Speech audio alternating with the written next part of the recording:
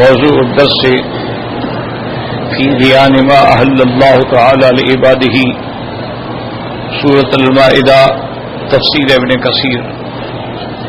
الحمد لله رب العالمين والصلاة والسلام على أشرف الأنبياء وسيد المرسلين سيدنا محمد وعلى آله وأصحابه أجمعين. اللهم صل على سيدنا محمد وعلى آل سيدنا محمد كما صليت على إبراهيم وعلى آل إبراهيم في العالمين إنك حميد مجيد. أعوذ بالله من الشيطان الرجيم. بسم الله الرحمن الرحيم. يسألونك ماذا أحل لهم قل أحل لكم الطيبات وما علمتم من الجوارح مكلبين تعلمونهن مما علمكم الله فكلوا مما أمسكنا عليكم واذكروا اسم الله عليه واتقوا الله إن الله سريع الحساب.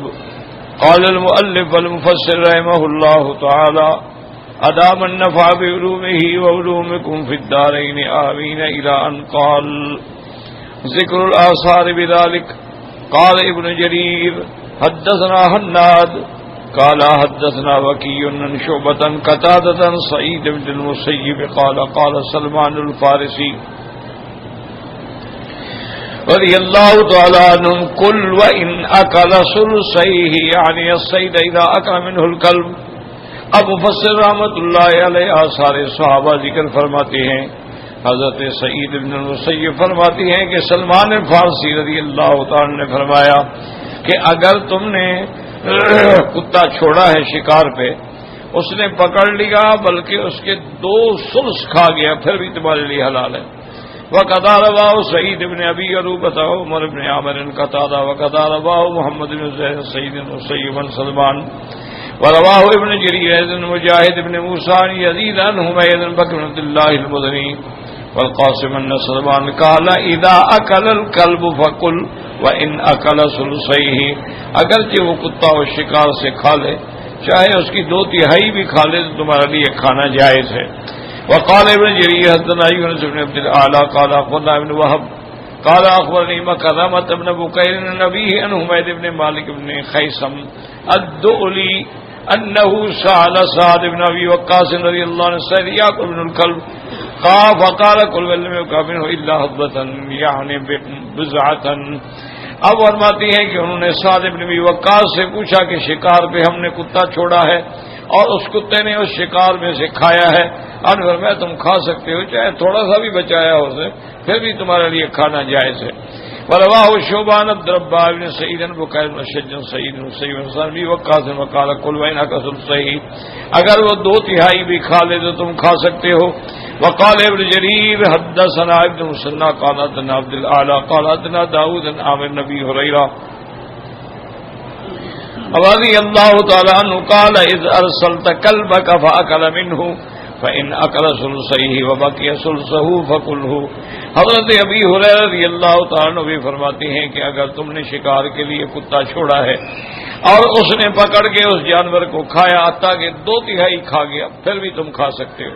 وقال ابن جرير حدثنا محمد بن عبد الاعلى قال حدثنا المعتمر قاسم عبد الله وحدثنا حناد قال حدثنا عبدة عن عبيد بن عمر عن نافع عن عبد الله بن عمر رضی اللہ عنہم قال اذا ارسلت كلبك المعلم وذكرت اسم الله فكل ما امسك عليك اكل او لم ياكل. حضرت عبداللہ ابن عمر رضی اللہ تعالیٰ عنہ فرماتی ہیں کہ اگر تم نے سدھایا ہوا کتا شکار پہ چھوڑا اور اللہ کا نام لے کے چھوڑا ہے اور اس نے اس سے کھا بھی لیا ہے یا نہیں کھایا، تمہارے لیے حلال ہے. وقد رواه عبد الله بن عمر بن زيد بن غير واحد ان ابن هذه الاثار ثابت بن سلمان والسعد بن وقاص وابي هريره وابن عمر ومالك بن علي بن باس وصفيه تاول البصري وهو قول الزهري وربيعه مالك والهداب الشافعي القديم وما اليه بالجديد. اب مفسر رحمۃ اللہ علیہ فرماتے ہیں کہ یہ آثار جو ہیں ان میں حضرت سلمان ہیں، سعد بن ابی وقاص ہیں، حضرت ابی ہریرہ، حضرت ان سب سے یہی ثابت ہے کہ اگر تم نے کتا چھوڑا ہے اور اس نے شکار کو کھایا بھی ہے تب بھی تمہارے لیے حلال ہے. وقد روي من طريق سلمان الفارسي مرفوعا فقال حدثنا ابن بكر الكلاهي قال حدثنا عبد العزيز بن موسى اللاهوتي قال حدثنا محمد بن دينار الطاهي عن ابي اياس معاويه بن قرة عن سعيد بن المسيب عن سلمان الفارسي رضي الله عنه عن رسول الله صلى الله عليه وسلم قال اذا ارسل الرجل كلبه على الصيد فأدركه وقد أكل منه فليأكل ما بقي. حضرت سلمان فارسی نے مرفوعاً حضور صلی اللہ علیہ وسلم سے بھی روایت کی ہے کہ حضور پاک نے فرمایا کہ اگر کسی بندے نے اپنا کتا شکار پہ چھوڑا ہے اور جب وہ گیا تو اس نے اس سے کھایا بھی ہے تو جو بچے وہ حلال ہے. ثم قال من في اسناد هذا الحديث نظر والسعيد غير معلوم له سماع سلمان والثقات يرونه من كلام سلمان غير مرفوع. اب فرماتے ہیں کہ جتنے ثقہ راوی ہیں انہوں نے حضرت سلمان سے موقوف روایت تو نقل کی ہے لیکن مرفوعا نقل نہیں فرمایا حضور صلی اللہ علیہ وسلم سے.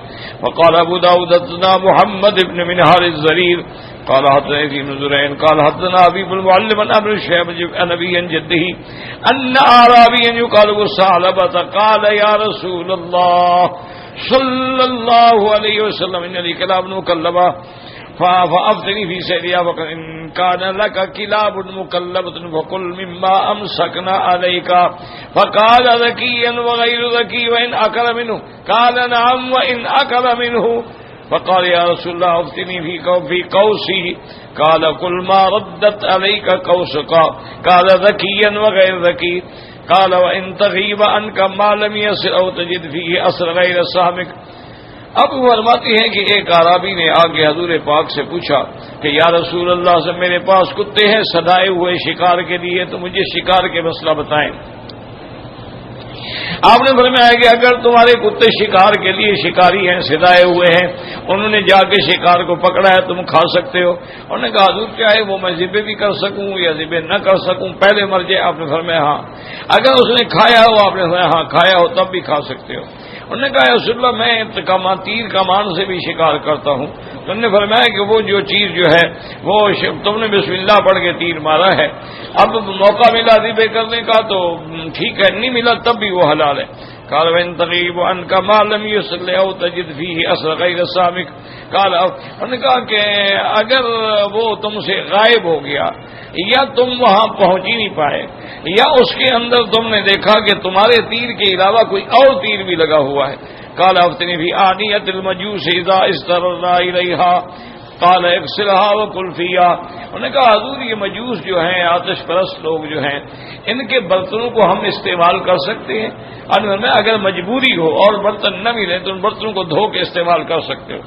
هكذا رواه ابو داود وقد اخرجه النسائي وكذا رواه ابو داود من طریق یونس بن سیف نبی الخولانی بھی قال قال رسول اللہ صلی اللہ علیہ وسلم اذا ارسلت كلبك وذكرت اسم الله فقل وان اكل منه وكل ما ردت عليه يدك وهذان اسنادان جيدان.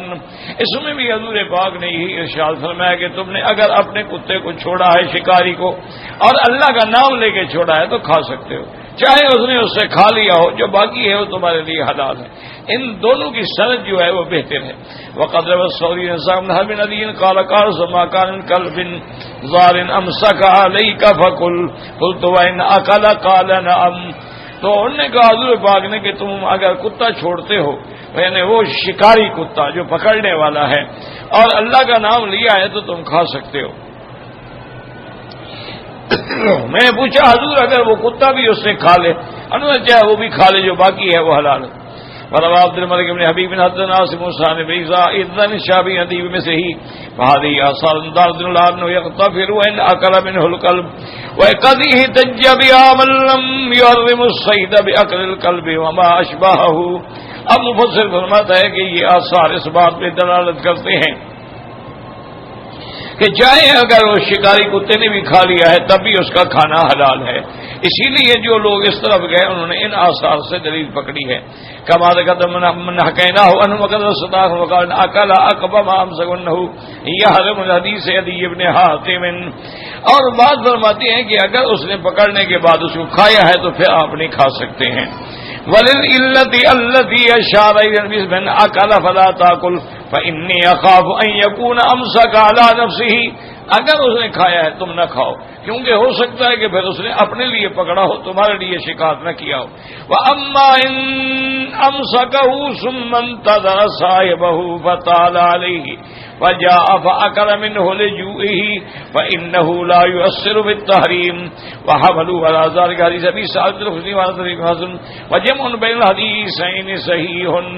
اب مفسر فرماتا ہے کہ ایک روایت میں یہ بھی آیا کہ اگر تم نے شکاری کتے کو چھوڑا ہے تو فوراً آپ پہنچے، وہ کھائے پھر نہ کھاؤ، لیکن تمہیں وہاں پہنچنے میں دیر ہو گئی اور اس کتے نے مجبور ہو کہ بھوک کی وجہ سے کھا لیا ہے تو پھر تمہارے لیے حلال ہے۔ تو اب انہوں نے جمع کیا کہ اگر کتا پکڑتے ہی کھانا شروع کر دے تو نہ کھاؤ، اگر پکڑنے کے بعد تمہیں وہاں پہنچتے پہنچتے دیر ہو گئی اور کافی وقت گزر گیا اور کتے کو بھوک نے مجبور کیا کھا لیا تو پھر تمہارے لیے جائز ہے۔ اس طرح سے یہ دونوں روایات جو ہیں وہ جمع ہو جاتی ہیں۔ وقت تمل الاستاذ ابو العالی الجوینی فی کتابہ النہایہ انه فصل تفسیر وقت حقق اللہ امنیتہ وقال بهذا القول التفریق والتفریق طائفۃ من اصحابهم، انہوں نے کہا کہ اسی تفصیل کے ساتھ جو ہے ٹھیک ہے، لیکن بعض جماعت نے تفریق بھی کی ہے۔ وقال آخرون قول رابعا فی المسند والتفریق بین اکل الكلب وحرمتی سعدیا وبین اکل الصقور ونحوها فلا يحرم انه لا يقبل التعلیم الا بالعقل۔ اور ایک چوتھا قول بھی ہے کہ اگر کتے نے پکڑا اور کھایا تو تم نہ کھاؤ، لیکن تم نے باز چھوڑا ہے، شکاری پرندہ چھوڑا ہے، اس نے پکڑا اور اس نے کھایا ہے تو اس کا کھایا ہوا جو بقیہ جو ہے وہ حلال ہے، کیونکہ پرندہ جو ہے اس کو تو سکھایا ہی اسی گوشت کھانے پہ جاتا ہے۔ وقال حدثنا ابو كريب قال حدثنا اسباد محمد قال اسحاق الشيباني ان حماد بن ابراهيم بن ابن عباس انه قال في الطير اذا ارسلته فقتل فقل فان الكلب اذا ضربته لم يعد وان تعلم الطير يرجع صاحبه وليس يضرب فاذا اكل من الصيد ونتفرش فقل۔ انہوں نے فرمایا کہ اگر آپ نے کوئی پرندے سے شکار کیا ہے اور اس کو چھوڑا ہے اور اس نے پکڑا ہے وہ کھا سکتے ہو، چاہے اس سے وہ کچھ کھا بھی لے، کیونکہ کتے کو تو مارا بھی جا سکتا ہے لیکن پرندے کو تو اس طرح نہیں مارا جا سکتا جیسے کتے کو مارا جاتا ہے۔ اگر اس نے شکار کھایا، اس کے پر وغیرہ بھی نوچ ڈالے ہیں تو تم کھا سکتے ہو۔ وقد قال ابراہیم النخعی والشعبی ہمارے بن سلیمان وقد دیا تجر هؤلاء مروان بن حاتم حدثنا ابو سعید قال حدثنا المحاربی قال حدثنا مجاهد الشعبی عدی بن حاتم قال قلت یا رسول اللہ صلی اللہ علیہ وسلم انا قوم نصید بالکلاب والبزات فما يحل لنا منها۔ انہوں نے آگے سوال کیا کہ یا رسول اللہ ہم شکاری لوگ ہیں، کتے سے بھی شکار کھیلتے ہیں، باز سے بھی شکار کھیلتے ہیں، ہمارے لیے کیا حلال ہے؟ قال يحل لكم ما علمتم من الجوارح مكلبين تعلموهن ما علمكم الله وكلوا ما امسكنا عليكم۔ اب میں جن کو تم سکھاتے ہو اور جا کے پھر وہ شکار پکڑتے ہیں اور تم نے اللہ کا نام بھی لیا ہے تو اب کھا لو جو انہوں نے تمہارے لیے پکڑا ہے۔ ثم قال ما ارسلت من كلب ذكرت اسم الله عليه وكل مما امسك عليك، اگر چھوڑتے ہوئے تم نے اللہ کا نام لیا ہے تو کھا سکتے ہو۔ قلت وان قتل، چاہے اس جانور کو وہ مار بھی ڈالے، آپ نے ہمیں ہاں چاہے وہ مار بھی ڈالے۔ قلت یا رسول اللہ ان خالطت کلابنا کلابا کلبا کلابا غیرها، اگر ہمارے کتوں کے علاوہ وہاں اور کتے بھی پائے گئے، قال فلا، آپ نے فرمایا پھر نہ کھاؤ، حتی تعلم ان کلبک هو الذی امسک۔ قال قلت انا قوم نرمی ما یحلنا، کہ ہم تیر سے شکار کرتے ہیں۔ قال ما ذکرت اسم اللہ علیہ وخذقت فقل، کہ آپ نے تیر مارا اور تیر اس کو زخمی کر کے نکل گیا، وہ حلال ہے، کھا سکتے ہو۔ فوجه الدلالة لهم أنه اشترط في الكلب أن لا يأكل ولم يشترك ذلك في البزات ودل على التفرقة بينهما في الحكم والله أعلم۔ تو اب بات یہ ہے، یاد رکھیں کہ یہ علماء اور محدثین کی دیانت ہوتی ہے کہ ایک مسئلے میں جتنے قول ملتے ہیں سارے جمع کر دیتے ہیں۔ بہرحال خلاصہ یہ ہے اور صحیح قول جمہور کا یہ ہے کہ آپ نے کتا چھوڑا اور کتا سکھایا ہوا ہے، عام کتا نہیں جس کو تم نے سدھایا ہے، اور اس کے سدھانے کا معنی یہ ہوتا ہے کہ جب وہ شکار پکڑے تو تمہارے لیے پکڑے اور اس سے خود نہ کھائے تو پھر تمہارے لیے حلال ہے، اور اگر کتے نے خود کھا لیا ہے اب تمہارے لیے حرام ہے، کیونکہ معلوم ہوتا ہے کہ اس نے اپنے لیے پکڑا ہے، تمہارے لیے نہیں پکڑا ہے۔ اور اسی طرح اگر تم نے باز ہے، شکرا ہے، شاہین ہے، اس کو چھوڑا ہے اللہ کا نام لے کے، اس نے جا کے پرندے کو پکڑا ہے اور اس نے بھی اگر کھایا ہے تو نہ کھاؤ، اگر نہیں کھایا ہے تو کھا لو۔ اسی طرح تم نے کتا چھوڑا ہے لیکن وہاں ایک اور کتا بھی تھا تو پھر بھی نہ کھاؤ، پتہ نہیں تمہارے کتے نے پکڑا ہے یا اس کے کتے نے پکڑا ہے، تم نے تو اللہ کا نام لیا تھا، پتہ نہیں اس نے اللہ کا نام لیا ہے یا نہیں لیا۔ تو احتیاط جو ہے وہ اسی میں ہے، شکار کھیلنا جائز ہے، شکاری کتے رکھنا بھی جائز ہے، اور اپنے مال کی حفاظت کے لیے کتے رکھنا بھی جائز ہے، اور پرندوں سے بھی شکار کھیلنا جو ہے جائز ہے۔ بلکہ یہ سابقہ انبیاء جیسے حضرت اسماعیل علیہ السلام، صحیح حدیث میں ہے کہ حضرت سیدنا ابراہیم الخلیل علیہ السلام تشریف لائے مکے میں، حضرت اسماعیل کے گھر میں گئے تو ان کی بیوی تو موجود تھی لیکن اسماعیل علیہ السلام موجود نہیں تھے۔ تو آپ نے پوچھا کہ اسماعیل علیہ السلام کہاں ہیں؟ انہوں نے کہا وہ شکار کھیلنے کے لیے گئے۔ تو انہوں نے فرمایا کہ تم لوگوں کا گزر بسر کیسے ہو رہا ہے؟ انہوں نے کہا بس ہم تو بڑی تنگی میں زندگی گزار رہے ہیں کہ ماں سوائے شکار کے اور کوئی ذریعہ ہی نہیں ہے، شکار مل گیا تو پکا لیا اور نہ ملا تو نہ پکایا اور پانی پہ گزارا کیا۔ آپ نے فرمایا اچھا جب تمہارا خاوند آ جائے، اس کو پتہ نہیں تھا کہ یہ حضرت اسماعیل کے ابا ہیں، انہوں نے فرمایا کہ بیٹی جب تمہارا خاوند آ جائے نا تو اس کو کہنا کہ ایک بزرگ آئے تھے اور وہ تمہیں سلام بھی کہتے تھے اور ایک پیغام بھی دیا ہے کہ غیر اتبت بابک، کہ اپنے دروازے کی چوکھٹ جو ہے وہ بدل ڈالو۔ چلے گئے۔ سیدنا اسماعیل علیہ السلام گھر میں آئے تو انہیں احساس ہوا، کیونکہ جب انبیاء آتے ہیں تو اللہ کی شان ہے نا کہ وہاں ان کے برکات، انوار، خوشبو، ہر چیزوں کا اثر موجود ہوتا ہے۔ انہوں نے کہا کوئی مہمان آئے تو انہوں نے کہا ایسے ایک بزرگ آئے تھے۔ انہوں نے کہا اللہ کی بندی وہ تو میرے والد تھے، حضرت ابراہیم تھے۔ اچھا کچھ کہا بھی انہوں نے کہا کہ ہاں پوچھا تھا کہ تمہارا کیا حال ہے، تو میں نے بتایا کہ ہم کننا فی ضیق، ہم بڑی تنگی میں ہیں کہ ماں سوائے شکار کے اور کوئی گوشت نہیں ملتا اور پانی پہ گزارا کرنا پڑتا ہے۔ انہوں نے کوئی پیغام بھی دیا، انہوں نے فرمایا تھا غیر اتبت بابک، کہ اپنے گھر کی چوکٹ، دروازے کی چوکٹ بدل ڈال۔ فرمایا انہوں نے مجھے حکم دیا ہے کہ میں تمہیں طلاق دے دوں، جاؤ میں نے تمہیں طلاق دے دی۔ تو اس کے بعد پھر حضرت اسماعیل نے دوسری شادی فرمائی۔ تو بہرحال کیونکہ اس نے صبر نہیں کیا کہ نبی کی بیوی ہو کر بھی شکایت کر رہی ہے کہ ہم تنگ ہیں، اللہ زیادہ دے تو الحمدللہ، تھوڑا دے تو الحمدللہ، اللہ یبسط الرزق لمن یشاء ویقدر، اللہ چاہے تو کسی کے رزق میں برکت ڈالتے ہیں، کسی کے رزق کو تنگ کرتے ہیں، یہ تو اللہ کی مرضی ہے۔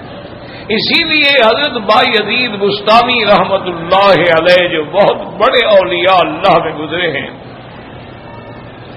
وہ فرماتے ہیں کہ میں اپنی زندگی میں کبھی اتنا شرمندہ نہیں ہوا جیسے کہ ایک نوجوان آیا اور اس سے میں شرمندہ ہوں۔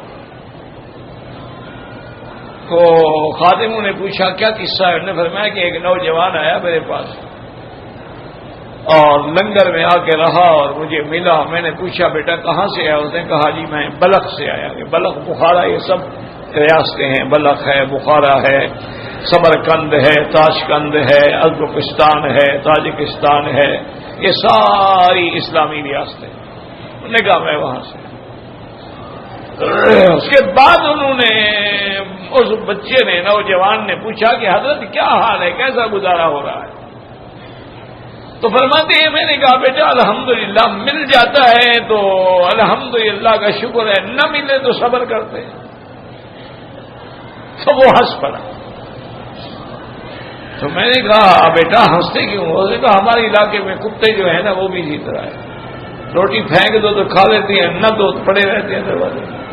یہ تو کوئی بڑی بات نہیں ہے کہ مل گیا تو کھا لیا، شکر کیا، نہ ملا تو پھر اس کے بعد صبر۔ انہوں نے کہا اچھا تمہارے علاقے میں جو اللہ والے ہیں وہ کہ انہوں نے کہا مل جائیں تو دوسروں کو دے دیتے ہیں اور نہ ملے تو شکر کرتے ہیں کہ اللہ اس میں بھی تیری حکمت ہے، تو نے ہمیں نہیں دیا ہے نا، ہمیں غریب بنا دیا، فقیر بنا دیا، تیری حکمت ہے، ہم اس پہ بھی راضی ہیں، تو چاہے ہمیں فقر میں رکھے یا تو چاہے کہ ہمیں غنا میں رکھے، یہ تیرا فیصلہ ہے اور ہم ہر حال میں تیرا شکر ادا کرتے ہیں کہ تو اگر عطا، کیوں ہمارا کوئی حق ہے؟ اللہ کی تو عطا ہے نا، اب عطا فرما دیں الحمدللہ، نہ فرمائیں الحمدللہ۔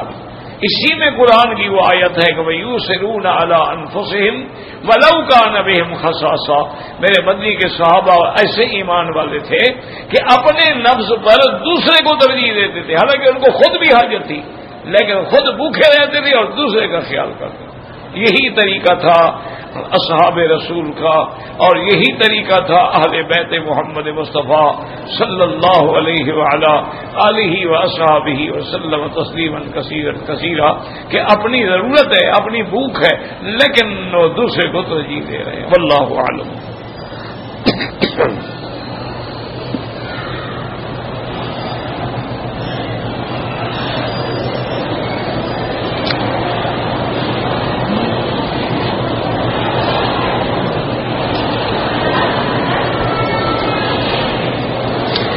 میاں بیوی ہے، شوہر جو ہے کچھ عرصے کے بعد شیعہ بن گیا تو نکاح رہے گا؟ میرا بھائی گزارش یہ ہے کہ یہ بڑا مشکل مسئلہ ہے۔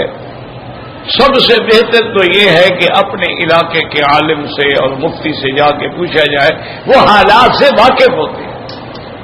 اتنا دور بیٹھا ہوا آدمی حالات سے واقف نہیں ہوتا۔ آپ نے ایک چٹ لکھ دیا، میں نے اس کے مطابق جواب دے دیا، آپ نے کہا جی مولوی مکی صاحب نے یہ کہا تھا، وہاں جا کے آپ نے کوئی اور بات کہہ دی۔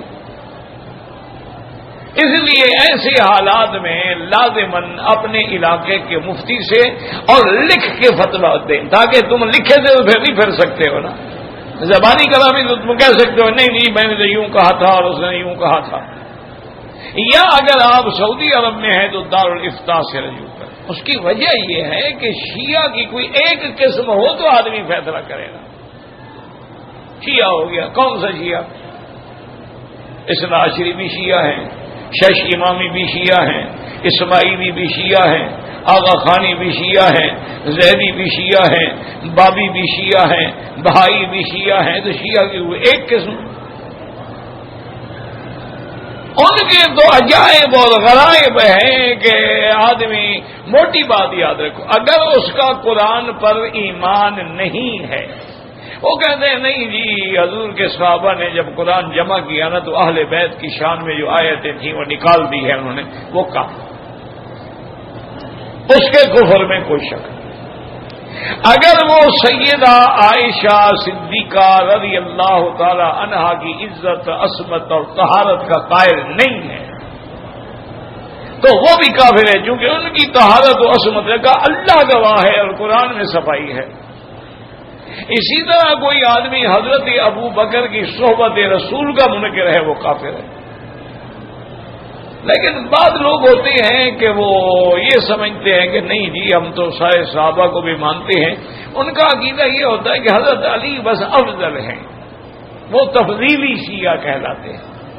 اچھا جیسے تمہارے اندر بھی وہابی ہے نا، شیعہ میں بھی وہابی ہوتے ہیں، ان کے جو وہابی ہیں وہ رسمیں نہیں کرتے، وہ ماتم نہیں کرتے، وہ تعزیہ نہیں نکالتے، وہ جلوس نہیں نکالتے، وہ کالے کپڑے نہیں پہنتے، اور تو اس لیے ان کی تو عجیب عجیب قسمیں ہیں نا کہ آدمی کوئی فیصلہ کر ہی نہیں سکتا۔ حتیٰ کہ علماء نے لکھا ہے کہ شیعہ اتنی قسمیں ہو گئے تھے کہ 300 سے بھی قسمیں پڑ گئی۔ تو اب مجھے کیا پتا وہ کون سا شیعہ ہو گیا، میں کیسے فتویٰ دے دوں؟ اگر منکر قرآن ہے پھر کافر ہے، پھر تو نکاح ختم ہو گیا، نکاح رہا ہی نہیں۔ اور ویسے شیعہ ہیں جیسے جاہل شیعہ ہوتے ہیں، جاہل شیعہ کا کوئی فرق نہیں، ان کو پتہ ہی نہیں ہے مسائل کا، جو انہوں نے ذاکروں سے سنا وہ اپنا ایک عقیدہ بنا لیا، ان کو خود کوئی پتہ نہیں ہوتا۔ حتیٰ کہ شیعہ کے اندر یعنی آپ حیران ہوں گے، ایسے ایسے واقعات ہیں جو اگر دیکھا جائے تو حقیقتاً وہ خارجیوں کا عقیدہ ہے، لیکن شیعہ نے وہ روایات نقل کی ہیں، راوی شیعہ ہیں کہ جب حضرت ابو بکر صدیق رضی اللہ تعالیٰ عنہ خلیفہ بن گئے تو حضور حضرت علی رضی اللہ عنہ سیدہ فاطمہ الزہرا کو گدے پہ بٹھایا، حسن حسین کو ساتھ لیا اور مدینے کے ایک ایک گھر میں پھرے کہ جی آپ میری مدد کریں اور حضرت ابو بکر کو خلافت سے اتاریں۔ سارے مدینے میں سے 44 آدمی نے آپ کا ساتھ دیا. انہوں نے کہا ہم آپ کے ساتھ ہیں. انہوں نے کہا اچھا اگر تم میرے ساتھ ہو تو کل صبح جو ہے نا سر پہ اس طرح پھروا کے میرے پاس آ جاؤ.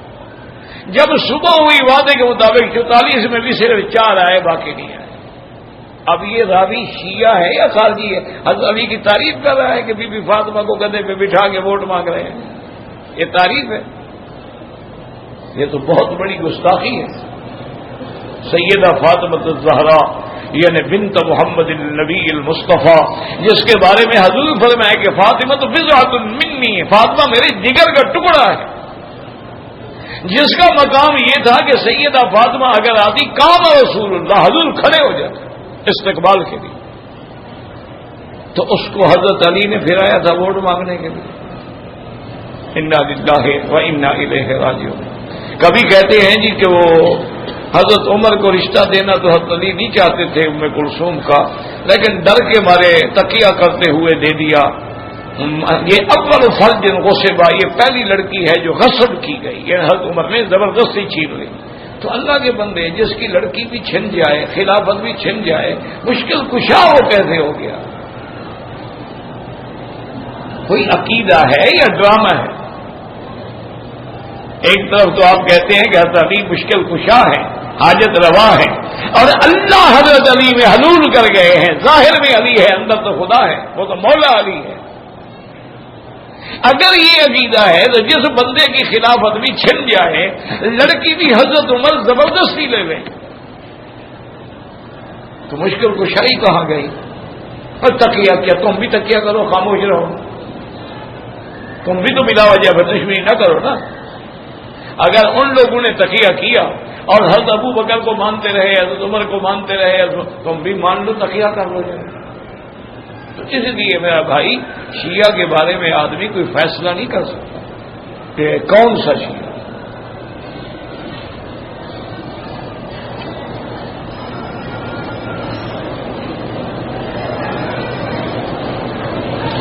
عورتیں عمرہ کرنے کے بعد سائیڈ سے نہیں, ناجائز ہے, احرام بھی نہیں کھلے گا. سارے بالوں کو پیچھے لے جائیں اور جہاں انتہا ہو وہاں ایک پول کے برابر بال کاٹ ڈالیں تاکہ سارے بالوں کا سرا جو ہے وہ کٹ جائے. جب سارے بال کٹھے کرے گی تو سارے اکٹھے ہو گئے, اور نیچے سے اس نے ایک پول کے برابر کاٹ دیے تو گویا سارے بالوں کے سرے کٹ گئے. تو اب وہ احرام سے نکلے گی. یوں پکڑ کے کاٹ لے, یوں پکڑ کے چوٹی کاٹ لے, یہ تو ناجائز ہے. پتہ نہیں ان کو عمرے میں آ کے کیا مشکل پڑ جاتی ہے. ویسے تو یہ بال کٹانے کے لیے جاتی ہیں اور ماشاءاللہ آدھے سے زیادہ بال کٹوا ڈالتی ہیں. کبھی تو ماشاءاللہ نوجوان لڑکا بن جاتی ہیں, کبھی لڑکی نظر ہی نہیں آتی ہے, کبھی تھریڈنگ کروا رہی ہیں اور کبھی پتہ نہیں کیا کیا بلائیں کرا رہی ہیں. عمرے میں مسئلہ پوچھنے آ جاتی ہے.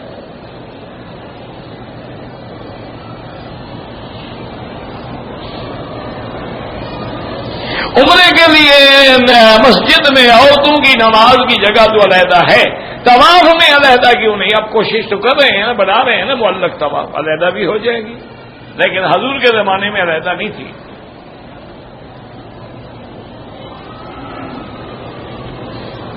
ایک ہی احرام سے 2 عمرے ہو سکتے ہیں, 200 بھی ہو سکتا ہے. اس میں کیا ہے؟ عمرے کرنے سے پلید ہو جاتا ہے, پکڑ ہے.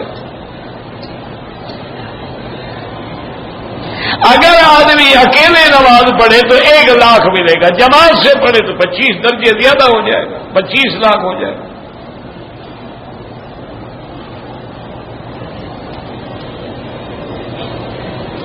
اگر کسی نے 8 طواف کر لیے, بعد میں 2 رکعت پڑھ لی, جائز ہے. لیکن افضل یہ ہے کہ ہر طواف کے بعد 2 رکعت پڑھے, فاصلہ کرے, پھر جا کے نیت کر کے طواف شروع کرے.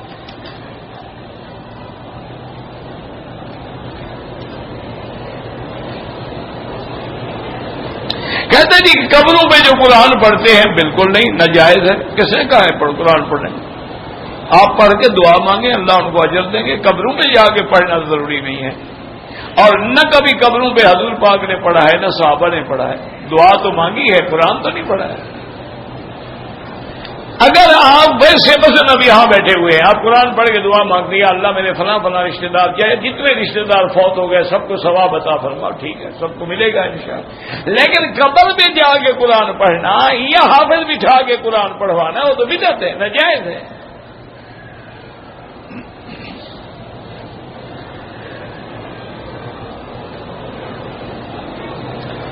میرا بھائی گزارش یہ ہے کہ قبلہ شریف کی طرف منہ کر کے یا پشت کر کے پیشاب کرنا جائز نہیں ہے، لیکن جب آپ میدان میں ہوں، اگر بلڈنگ کے اندر ہیں، دروازے بند ہیں، دیواریں ہیں، کوئی حاضر نہیں، کوئی مسئلہ نہیں۔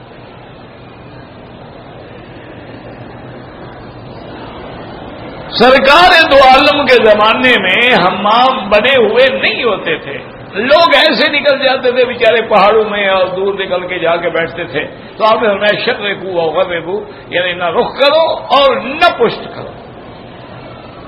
لیکن جب حمام بن گیا، گھر بن گئے، مکان بن گئے، دیواریں بن گئیں، دروازے لگ گئے، پھر کیا فرق پڑتا ہے؟ پھر تو کوئی بات، لیکن ادب یہی ہے کہ جب حمام بناؤ تو رخ نہ رکھو۔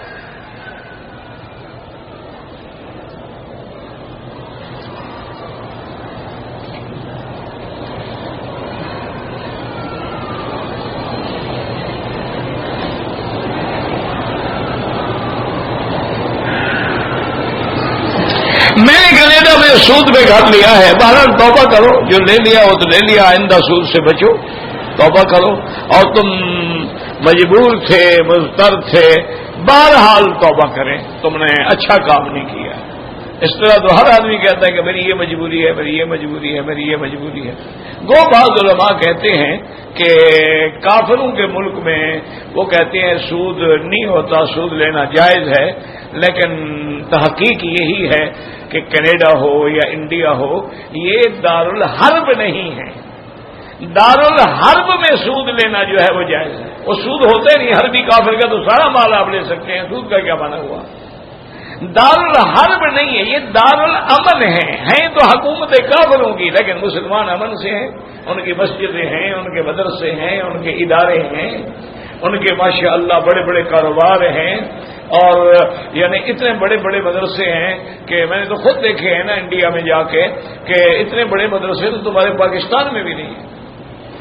ایک ایک مدرسے میں 8,000 طلباء، 6,000 طلباء، اور باقاعدہ مسلمانوں نے ماشاءاللہ ایک دو نہیں، میرے اپنے دوست نے مستانی صاحب 2,000 مدرسہ بنایا ہے انہوں نے، وہاں سینکڑوں مسجدیں بنائی ہیں، اپنے میڈیکل کالج بنائے ہیں، اپنے انجینئرنگ کالج بنائے ہیں، اپنے پولی ٹیکنیکل کالج بنائے ہیں مسلمانوں کے لیے، اور بڑے بڑے جلسے ہوتے ہیں، لاکھوں کے اجتماع ہوتے ہیں۔ تو سود نہیں لینا چاہیے، چاہے کافر ملک ہے یا چاہے کوئی ملک۔ وہ سود کا جو مسئلہ ہے وہ ہے دارالحرب، یعنی جس کافر سے آپ کی جنگ ہو رہی ہے تو اس کے تو مال ہی آپ کے لیے حلال ہے سارا۔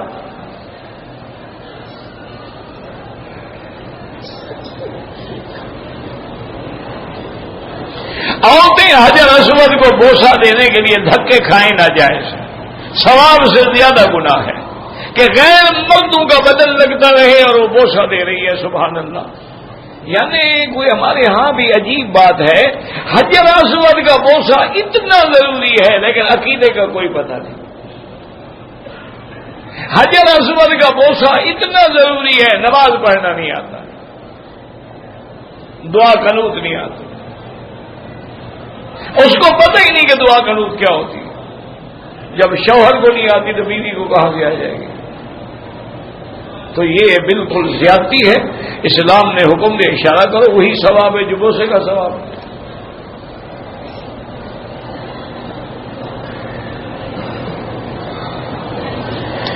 میرا بھائی جہاں تک جرابوں پر مسا ہے، اکثر ائمہ کرام یہی فرماتے ہیں کہ اگر موزہ ہے چمڑے کا یا جراب ہے لیکن نیچے منعل ہے، نیچے چمڑا لگا ہوا ہے، یا اتنی موٹی ہے کہ اس میں پانی داخل نہیں ہوتا تو اس پہ مسا ہو سکتا ہے، باریک پہ نہیں۔ وہ بعض ائمہ کہتے ہیں لیکن جمہور اس کے خلاف، وہ کہتے ہیں مسا جائز ہے لیکن علی الخفین۔ اور ویسے بھی دیکھو اللہ نے ہمیں الحمدللہ عقل دیا ہے، ذرا ٹھنڈے دل سے غور کرو، حضور کے زمانے میں کون سی جراب تھی؟ یہ نیلون سے بنی ہوئی تھی، یہ باریک جرابیں حضور پہنتے تھے، اسی پہ مسا فرماتے، بس لفظ جراب آ گیا تو ہم نے پکڑ لیا۔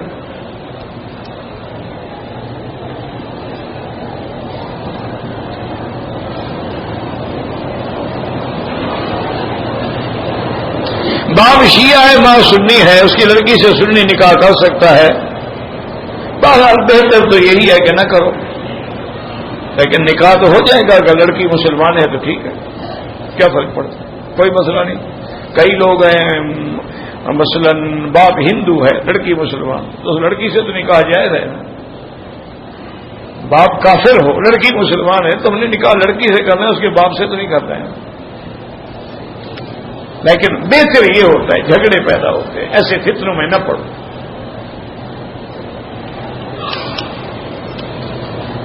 میرے ایک دوست ذمہ دار، بہت بڑے جاگیردار کہہ سکتے ہیں آپ، تو میں نے ان سے پوچھا کہ مجھے کہتے ہیں کہ تم شیعہ ہو، اس نے کہا حضرت کیا شیعہ ہیں؟ کہاں شیعہ ہیں؟ میں نے کہا تمہارا باپ بھی شیعہ تھا؟ کہا میرا نہ باپ شیعہ تھا نہ میں شیعہ تھا، میرے باپ نے عشق سے ایک شادی کر دی تھی کسی طوائف سے، وہ شیعہ تھی، کیونکہ دنیا کے کسی کونے میں چلے جاؤ جتنی طوائفیں ہیں نا یہ شیعہ ہو جاتی، نہ بھی ہوں نا تو شیعہ ہو جاتی۔ اس کی وجہ ہے کہ شیعہ کو مدعے کی اجازت ہے نا، تو وہ بھی تو گناہ سے بچنا چاہتی ہے نا، اپنے نزدیک وہ مدعا کر رہی ہے نا، پیسے لے کے ٹائم ویسٹ کر لیتی ہے، نعوذ باللہ ثم نعوذ باللہ۔ تو اس نے کہا وہ ہماری ماں چونکہ شیعہ تھی، اس نے ہمارے گھر میں آ کے فتنہ شروع کیا، جھنڈے لگائے، مجلسوں میں جانے لگی، لڑکیوں کو بھی ساتھ لے جاتی تھی۔ اس نے کہا ورنہ ہم نہ میں شیعہ نہ میرا باپ شیعہ نہ کوئی شیعہ۔ تو یہ فتنے پیدا ہوتے ہیں، جھگڑے پیدا ہوتے ہیں، لڑائیاں ہوتی ہیں، اس لیے آدمی کوشش کرے۔ حضور نے فرمایا کہ جب نکاح کرو اپنے لیے اچھی طرح گھر تلاش کرو، اچھے گھر تلاش کرو اور پاک گھرانے تلاش کرو، اور آپ نے فرمایا کہ وہ گھرانہ تلاش کرو جو دین والا گھرانہ ہو، وہ لڑکی تلاش کرو جو اس کے حسن کو نہ دیکھو، حسن تو ختم بھی ہو سکتا ہے، جمال ختم بھی، بیماری آ جائے جمال کیا، اور اس کا مال بھی اڑ سکتا ہے، اس کا فاختر ذات الدین، اگر دین والی لڑکی ہے اس کو اختیار کرو، کیونکہ وہ جب خود نمازی ہوگی، خود قرآن پڑھے گی، خود روزہ رکھے گی، اپنے بچوں کی بھی تربیت کرے گی۔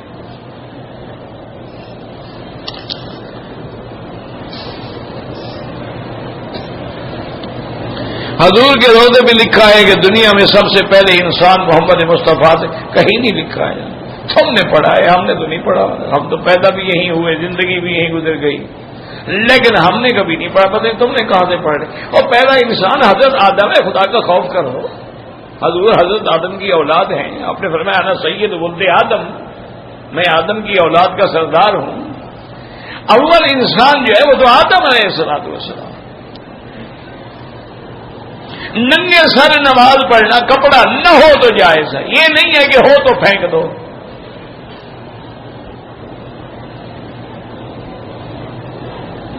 ایک آدمی اپنی ماں اور بہن کو زکات بھیجتا، ماں کو زکات نہیں دے سکتے ہو، نہ باپ کو نہ بیٹی کو، ان کو تو تمہارے دل میں واجب ہے خرچہ دینا، ان کو بھی زکات میں تو کھا رہے ہو، خدا کا خوف کرو۔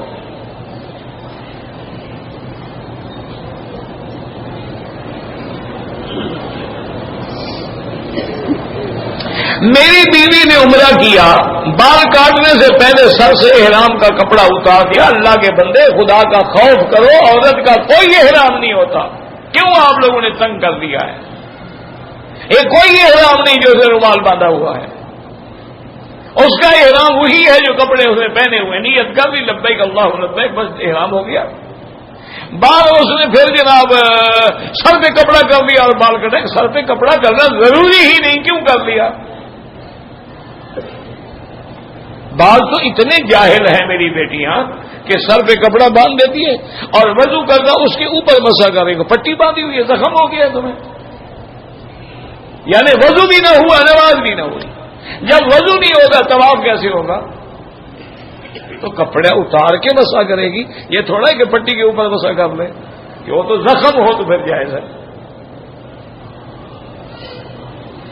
بس سب نے اپنے مسئلے بنائے ہوئے ہیں، کوئی آدمی دین سیکھنے کے لیے تیار نہیں۔ انا للہ و انا الیہ راجعون۔ عمرے پہ آئیں گے، لاکھوں روپے خرچ کر دیں گے، لیکن سیکھیں گے نہیں۔ یہ نہیں پتا عمرہ کیا ہے، یہ نہیں پتا طواف کیا ہے، یہ نہیں پتا صفا مروہ کیا ہے، یہ نہیں پتا میں نے کیا پڑھنا ہے، یہ نہیں پتا کہ نماز کیا ہے، یہ نہیں پتا کہ فرض واجب سنت میں کیا فرق ہے، سنت مؤکدہ اور غیر مؤکدہ میں کیا فرق ہے، نوافل میں کیا فرق ہے۔ اس کا ضرورت ہی نہیں، عمرے پہ آئے ہیں جناب ماشاءاللہ۔ اگر ایک آدمی نے حالت احرام میں سویا تو کمبل منہ پہ آ گیا، کچھ بھی نہیں ہوتا۔ ایک سے زیادہ طواف کرے، 2 رکعت بعد میں پڑھ، ہر طواف کے بعد زمزم پینا کوئی ضروری تو نہیں ہے۔ یہ کیسے کہا ہے آپ کو؟ وہ تو جب پہلے دفعہ عمرے پہ آئے تو طواف کے بعد زمزم پینا سنت ہے، یہ تو نہیں کہ دفعی طواف کرو تو پہلے زمزم پیو۔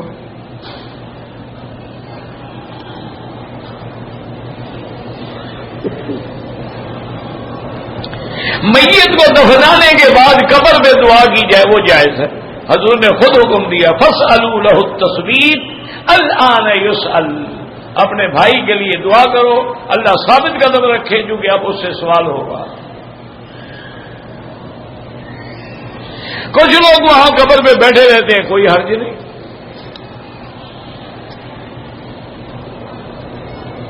صفا مروہ کے بعد 2 رکعت پڑھنے کا کوئی حکم نہیں ہے، طواف کے بعد 2 رکعت واجب ہے، صفا کے بعد کوئی نہ حضور نے پڑھی ہے نہ صحابہ نے پڑھی ہے۔ بعض لوگوں نے لکھا ہے کہ گویا کہ یہ شکر کی نماز ہے کہ اللہ نے ہمیں عمرہ نصیب کر دیا، لیکن قرآن حدیث میں کوئی حکم نہیں۔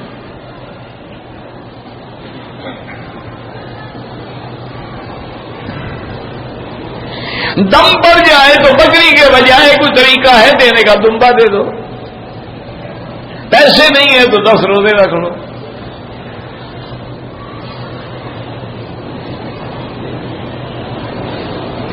طواف 7 چکروں کا ہوتا ہے، ایک دن میں مکمل نہ ہو، نہیں پھر دوبارہ مکمل۔ یہ تھوڑا ہے کہ ایک دن ایک چکر، پھر دوسرے دن دوسرا چکر، تیسرے دن تیسرا چکر، 7 دنوں میں حضرت طواف مکمل کریں، اس سے بہتر ہے نہ کرو۔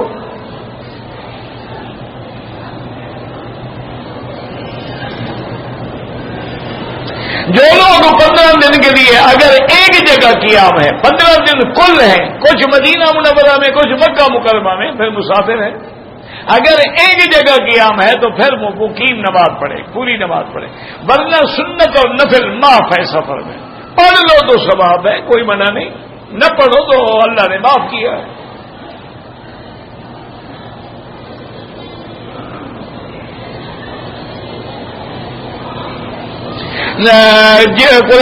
اگر قرآنی دعائیں ہیں تو حمام میں مت لے جاؤ۔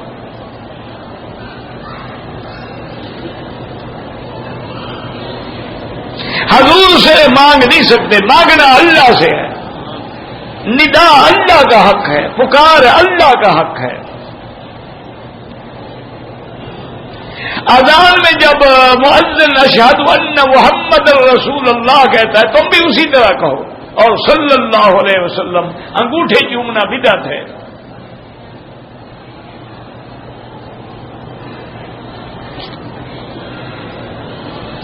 اگر نماز میں پڑھ رہا ہوں سورۃ فاتحہ کے بعد اور سورت پڑھنے بسم اللہ پڑھیں گے،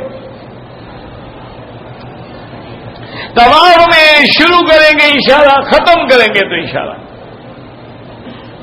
امام کے پیچھے حنفی ہے تو خاموش رہے۔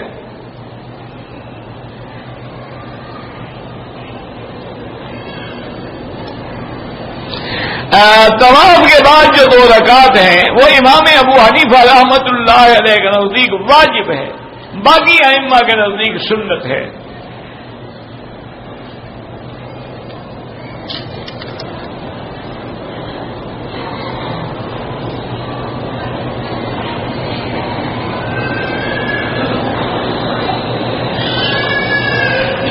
ایک امام صاحب نماز میں تھے، ان کے آگے سانپ دوڑ رہا تھا، انہوں نے نماز نہیں چھوڑی تو ٹھیک ہے کوئی بات نہیں، اچھا کیا بیچارے نے، کہتے ہیں نہیں نماز چھوڑ دیتے پہلے اس کو مارتے. بھائی مارتے تو اجازت تھی نماز چھوڑ کے مار سکتے, لیکن ان کا تقویٰ ہے, اللہ پہ توکل ہے, اس نے پرواہ ہی نہیں کی. اصل میں ان کے وضو ٹوٹ گئے ہوں گے نا جو پیچھے کھڑے ہیں. امام کا تو پکا تھا وضو, وہ تو نہیں ٹوٹا. انہیں کا سانپ پھیلا ہے. اللہ کے بندے بعض اوقات سانپ نہیں, وہ جن ہوتے ہیں. اسی لیے حضور نے فرمایا تھا کہ اگر اپنے گھر میں کوئی سانپ دیکھو تو اس کو مت مارو, اس کو کہو کہ بھئی تم ہمیں تنگ نہ کرو, ہم تمہیں تنگ نہیں کرتے, نکل جاؤ ہمارے گھر سے. 3 دفعہ کہو, نہ نکلے تو پھر مارو, پھر سانپ ہے, ورنہ وہ اگر جن ہے تو نکل جائے گا. لیکن بعض علماء کہتے ہیں صرف مدینہ منورہ کے سانپوں کے لیے حکم ہے, ہر جگہ نہیں. چونکہ جیسے ہمارے لوگ بگڑے بگڑے ہیں نا, ہمارے سانپ بھی بگڑے بگڑے ہیں, ان پر بھی کوئی اثر نہیں ہوتا. ہمارے لوگ بھی ساری زندگی تو کہیں سنتے رہے انگوٹھے سبحان پھر کیوں, کوئی اثر نہیں. یعنی مجھے تو آج تک یہ مسئلہ سمجھ نہیں آیا, حضور کے نام پہ انگوٹھے تم اپنے چومتے ہو, اس میں کیا ثواب ہے یا حضور کو کیا فائدہ ہے؟ بھئی یا تو جس بندے نے حضور کا نام لیا اذان والے نے, دوڑ کے جاؤ پکڑ لو, اس کے منہ پہ بوسہ دو کہ یہاں سے حضور کا نام نکلا ہے. اپنے انگوٹھے چومنے سے کیا ہوگا؟ یہ کوئی عجیب عقل ہے. بس اور دماغ میں آ گیا ہے, لگی ہوئی ہے قوم, لاکھ سمجھاؤ نہیں, وہ انگوٹھے سبحان اللہ. اور جو چوم لے وہ اہل سنت ہے پکا, اور جو نہ چومے وہ تو وہاں بھی ہے.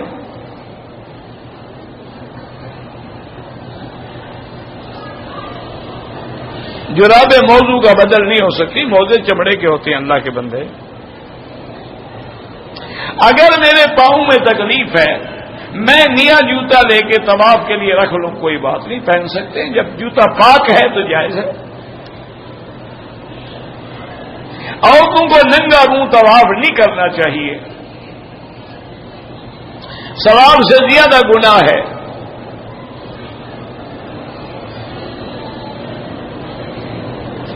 میرے ایک دوست امریکہ میں 4-5 سال سے ہیں, ان کی بیوی کی اجازت ہے, تو بیوی کہاں ہے اجازت نہیں ہے. اگر بیوی کا حق ادا نہیں کرتے ہیں تو قیامت میں پکڑے جائیں گے. 6 مہینے سے زیادہ نہیں علیحدہ رکھ سکتے بیوی کو, یا اس کو بلوائیں یا جائیں اس کا حق ادا کریں.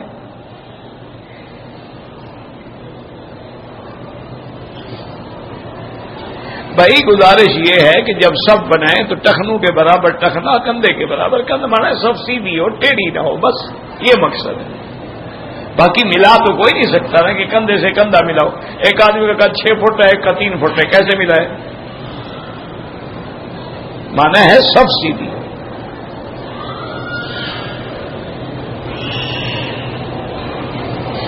میں نے اگر جدہ جانا ہے رشتہ داروں کو ملنے کے لیے, واپسی میں عمرہ کوئی ضروری نہیں, کر لو تمہاری مرضی ہے.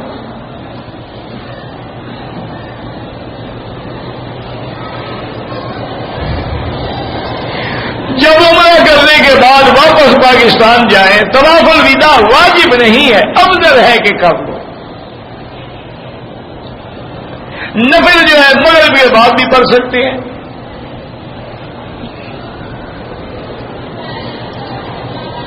اگر عمرہ کرنے کے بعد ایک آدمی جدے گیا ہے, واپسی پہ عمرہ ضروری نہیں ہے.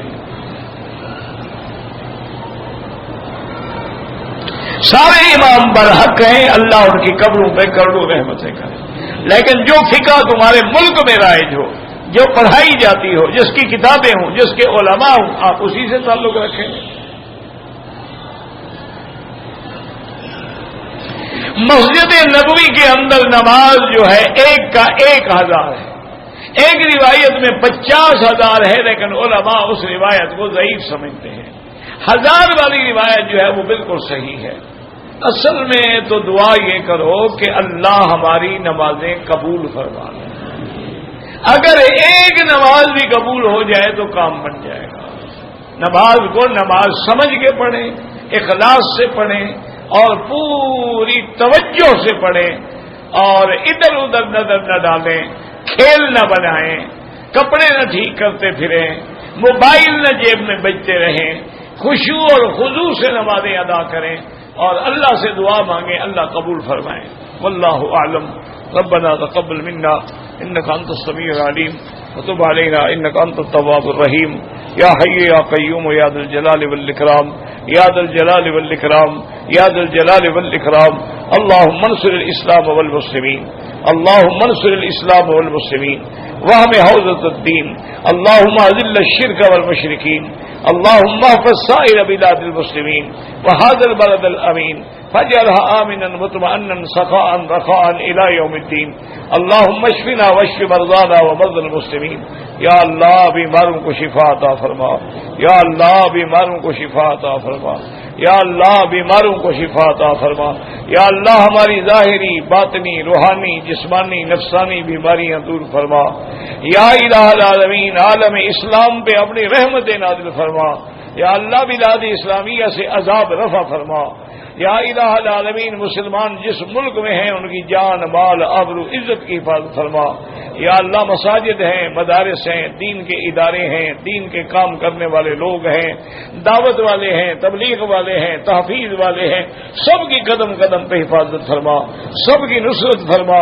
ربنا آتنا فی الدنیا حسنۃ وفی الآخرۃ حسنۃ وقنا عذاب النار. صلی اللہ تعالی علی خیر خلقہ سیدنا محمد وعلی آلہ واصحابہ اجمعین. اللهم صل علی سیدنا محمد وعلی آل سیدنا محمد وبارک وسلم علیہ.